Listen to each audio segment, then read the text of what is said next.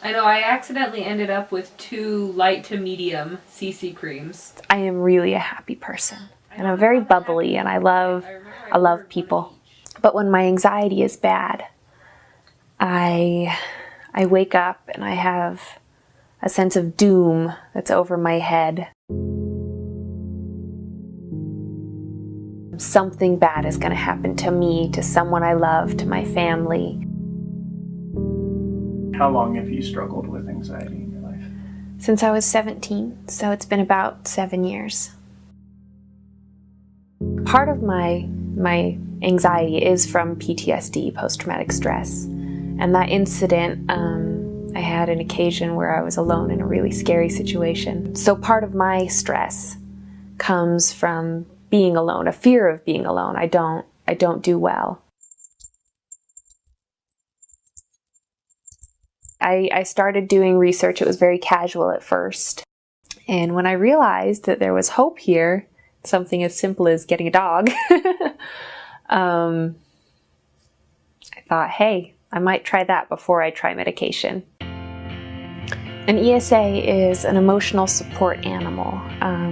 They're just there to be there for you.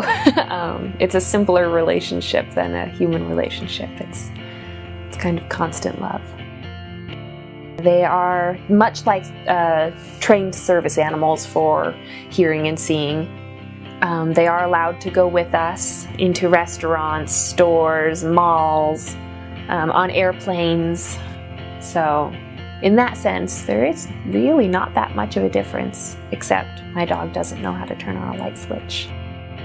Micah kind of fills that gap, fills that void when there's nobody else around.